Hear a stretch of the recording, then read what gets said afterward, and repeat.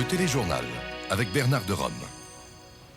Bonsoir, mesdames et messieurs. Eh bien, ce soir, il n'y a pas de doute, la campagne référendaire est déjà en cours. Le premier ministre Parizeau et 1000 souverainistes se sont réunis à Québec.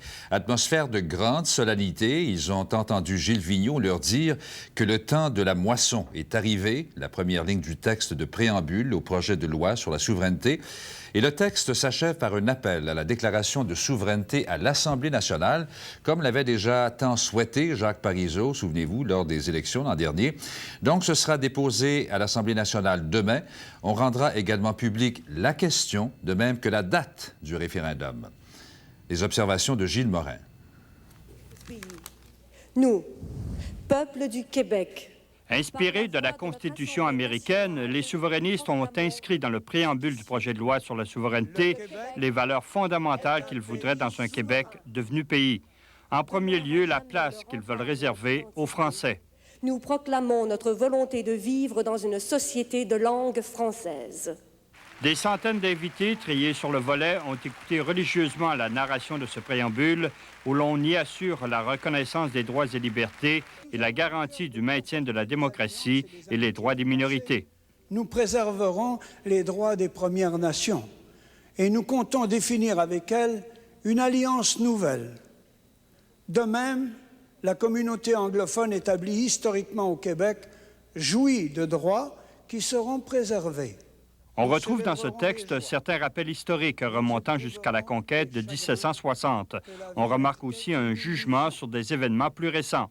Nous avons été trompés en 1982. Dans cette déclaration de 3 pages, on définit longuement le projet de souveraineté. On a réservé à la toute fin qu'un petit paragraphe à l'offre de partenariat au reste du Canada.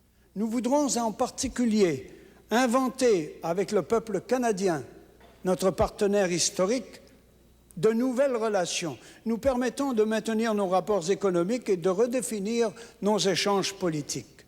Fort ému en écoutant cette lecture, Jacques Parizeau a demandé à ses militants de se faire les propagandistes de ce projet.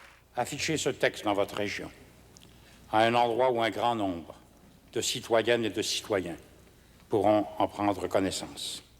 Une demi-douzaine d'auteurs, de sociologues et de constitutionnalistes ont participé à la rédaction finale de ce préambule à partir des mémoires présentées l'hiver dernier aux commissions régionales.